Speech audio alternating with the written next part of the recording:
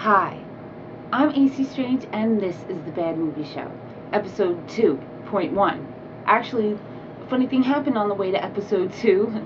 I have two very high-strung, very curious little girls who are very interested in what I do, and my eldest wanted to see what I did for episode 2, and I kept telling her later, and she didn't want to hear that. Very impatient, she went to look at what I was doing and erased my intro by accident. So I had to do it over, and so this is episode 2.1. On this episode, I'd like to talk about how you can see find some of the movies that I'll be showing on this show. You can find mostly everything on Netflix, and if you're looking to buy them, mostly everything can be found on Amazon.com. Never sleep on Best Buy. They have some really cool movies, but they have a shelf life. That means if they're not selling, they're taken off the shelf. So if you see something cool, get it then, because when you go back, it won't be there. They also have mostly everything on BestBuy.com. I buy most of my movies on eBay because I'm a bit of a cheapskate and I'm always looking for a good deal. Anyway, the movies that you see here are straight to DVD. Well, no, actually, new to DVD or recent to DVD, straight to DVD, and oldie but goodie. And this episode is like an example of what you'll be seeing on this show, and an example of how easy and hard it might be to find some of these. Okay, so let's get started. First, I have Chernobyl Diaries, put out in 2012. Right now, you can find this anywhere. You can find this, on the line of the supermarket, Best Buy, Netflix for sure. And, yeah, this just came out, so you'll find it. This is a story by Oren Peli, the creator of Chernobyl Paranormal Activity. And the screenplay is by Oren Peli and Carrie Van Dyke and Shane Van Dyke. And it's also directed by Brad Parker, and this is his first directing gig here, Chernobyl Diaries. And it's starring people I've never seen before. Actually, I can't really pronounce most of their names, so instead of embarrassing myself, I'm just going to go on. This story is about 3 travelers and that are going across Europe, and they stop in Kiev to meet a relative. And that guy hooks them up with Yuri, who's an extreme tour guide. And he talks them into going to Chernobyl. Actually, he talks them into going to Pripyat. It's a city right outside of Chernobyl. It's where the people from Chernobyl worked and lived. Well, lived, because they worked in Chernobyl. Sorry. Anyway, it had to be evacuated, and they had to leave everything behind. So the whole city, everything was left behind. It's kind of creepy. So they go to the city, and they're warded off by military, and Yuri decides to get them in anyway, and then they do their little tour. And if you thought that going through an abandoned city wasn't scary enough, the car doesn't start. Are you kidding me? I would never, ever, ever, ever, ever, ever be on this trip. Ever. Forget about that. Anyway, yeah, my only complaint about this movie is that when they finally tell you what's going on, they don't really show you enough of it.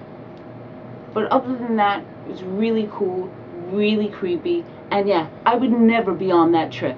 I give this, Chernobyl Diaries, a 3 and a see it rating.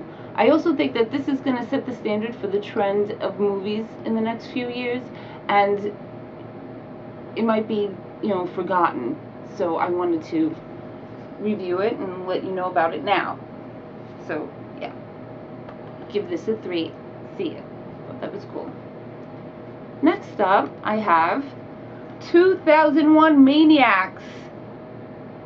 From 2005, written by Chris Coben and Tim Sullivan, and directed by Tim Sullivan. This is based on 2000 Maniacs by Herschel Gordon Lewis, starring Robert Englund from Nightmare on Elm Street series, and Freddy vs. Jason, as well as zombie strippers. He's been in a lot of movies since he took off his dirty old brown hat, and I'm going to be reviewing a lot of those movies on this show. It also stars Lin Shaye, and I have to tell you about Lin Shaye because I happen to absolutely love her. and she's better known for her role in There's Something About Mary. She plays Magda, the incredibly tan lady with the crazy dog. Anyway, I think that she's amazing, and she's on my list of actresses that I look out for. So let's get back to the movie. This is about 3 college friends that try to go to Daytona Beach for spring break, and on the way there they take a detour and are stuck in this town called Pleasant Valley with 5 other travelers. In the town of Pleasant Valley are some really polite, really friendly, and really pissed off Southerners that aren't into having Yankees go to their town. Anyway, it starts right away, so I don't have to tell you much. But when the travelers start disappearing, and they start going, okay, we should get out of here, the people in the town end up right there like, are you gonna leave before our barbecue? Some really crazy stuff. Anyway, it's really crazy, really gory, really outrageous, obscene, scary, sexy, and really hot. I give this a 4 and a buy it rating. It'll probably be a little easier to find for rent, but if you do find it on the shelf, get this. This is worth getting. So this is a 4 for 2001 Maniacs, and to buy it. Absolutely. Good movie.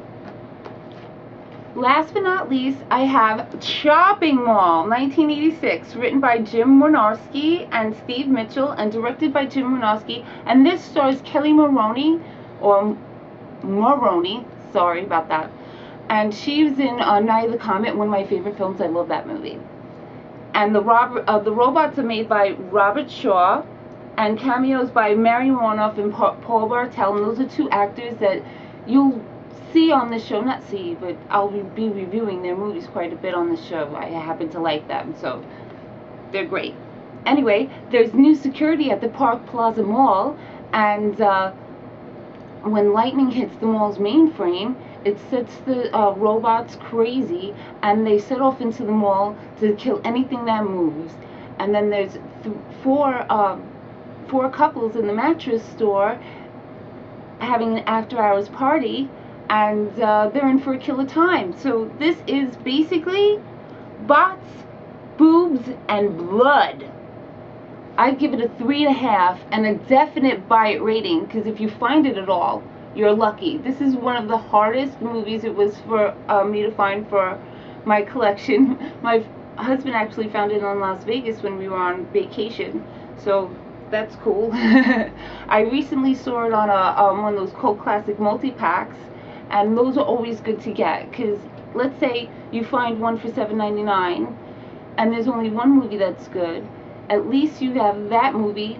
Well, it pays for the 10 that weren't so good. Anyway, those are always good to get. And yeah, Chopping Mall gets a 3.5 and a buy it rating. So that's it for tonight. I hope you enjoyed the show. And once again, if you have any movies that you want me to see and review, please let me know. Until then, watch more movies. I'm A.C.Strange, and this is The Bad Movie Show. Thank you. Good night.